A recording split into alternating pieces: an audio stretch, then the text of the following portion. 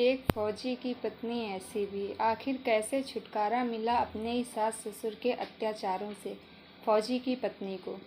लोग कहते हैं आपस में प्रेम करो, प्यार मोहब्बत से रहो, लेकिन यह बात सिर्फ कहने भर के लिए ही है। दो लोगों के बीच का प्रेम देख नहीं सकते हैं ये दुनिया वाले। प्रेमी प्रेमिका के ही नहीं, पति पत्नी के प्रेम के भी दुश्मन है ज़माना।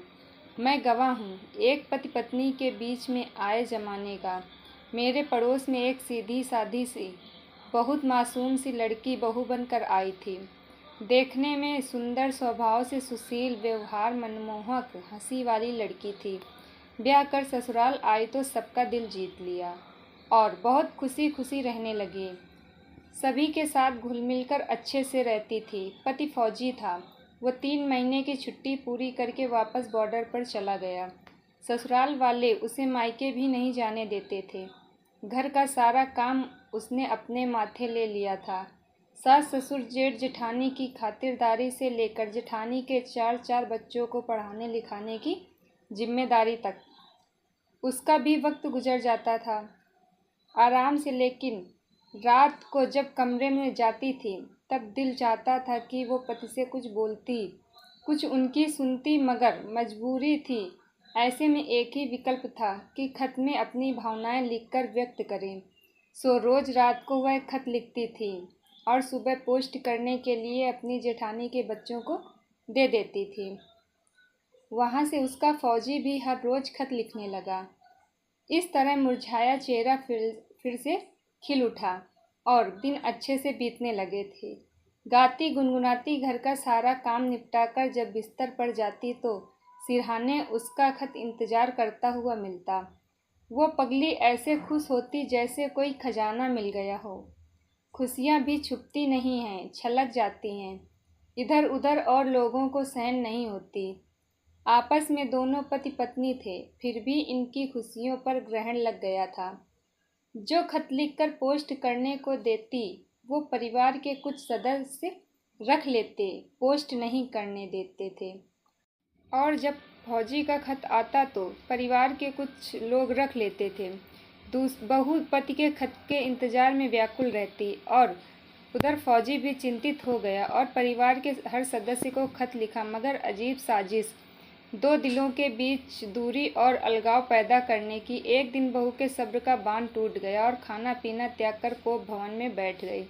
तब भी परिवार वालों को रहम नहीं आया। उल्टा सबने कटाक्ष और गंदे वाण से उसका मन छलनी करने लगे थे। ससुर जी ने भी कहा, आपका 6 महीने का रिश्ता है, हमारा तो 30 साल का बेटा है, तो क्या हमें चिंता फिक्र या प्यार मोहब्बत नहीं है?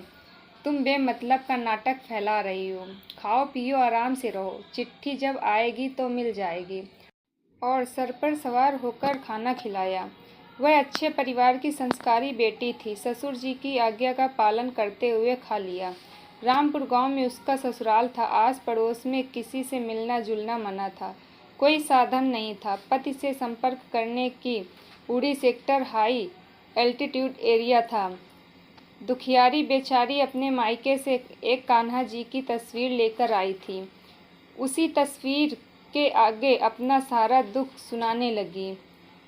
एक रात बहुत रोई और रोते रोते सो गई। दूसरे दिन सर बहुत भारी भारी सा लगा, मगर उसके सर जिम्मेदारी ये थी, काम तो करना ही था। बेमन से ही उसने काम पूरा किया, मगर आंसू उसके थमते नहीं थे। जेठानी की एक बेटी जो सबसे प्रिय थी, उसे अपनी छोटी चाची का आंसू देखा न गया और उसने चुपके से उसके पति के 3 खत लाकर दी और बोला कि खत आता है, लेकिन आपको देने को मना किया गया है। आप देख लीजिए और दे दीजिए, वापस रख आऊँगी, नहीं तो मेरी बहुत पिटाई होगी।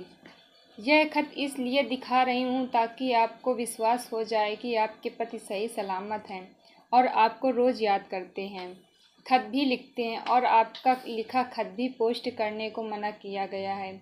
यह सब सुनकर छोटी बहू रानी बहुत हैरान हुई। ये कैसी बेबसी है कि खत हाथ में है और पढ़ भी नहीं सकती। फिर उसने कोशिश की, बिना फाड़े खत को पढ़ा जा सकता था, क्योंकि वो अंतर्दर्शनीय पत्र था। उसकी प्रतीक्षा सफल हो गई। वो तीनों खत बारी बारी से पढ़ लिया और फिर उसी स्थान पर रख दिया। इन दोनों की आपस में डील हुई कि हर रोज़ वो चुपके से खत लाकर दे देगी और बहू रानी उसे बिस्किट का एक पैकेट देंगी। उस वक्त 2 रुपए में बिस्किट आता था।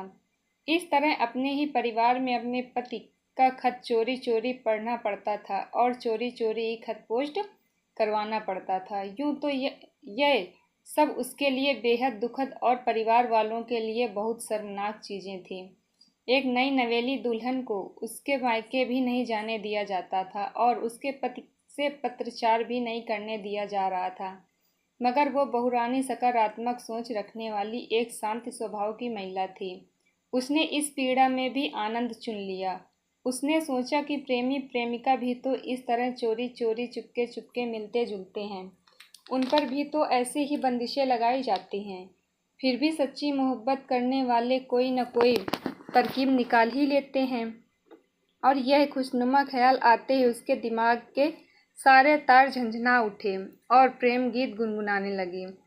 और सोच लिया था यह प्रेम कहानी एक दिन प्रसिद्ध होगी और ज़रूर होगी, क्योंकि उसे अब जुनून सवार हो चुका था। ऐसे माहौल में भी उसने 4 साल बिताए उन प्यार के दुश्मनों के साथ। फिर भी एक दिन फौजी को सारी हकीकत मालूम पड़ गई। अपने परिवार वालों पर बहुत नाराज़ हुआ, लेकिन बहुरानी क्लेश नहीं करना चाहती थी। इसलिए घर वालों से झूठ बोलकर कि 10 दिनों के लिए घुमाने ले जा रहा हूँ और पत्नी को अपने साथ ले जाने के लिए परिवार वालों को राज़ी कर लिया। परिवार वालों ने शर्त रखा कि साथ में अपने भाई बहन को भी ले जाओ। फौजी ये भी मान लिया और 2 जोड़ी कपड़ों में उड़ चली शहर की बुलबुल जो गांव के चुंगल में फंस गई थी।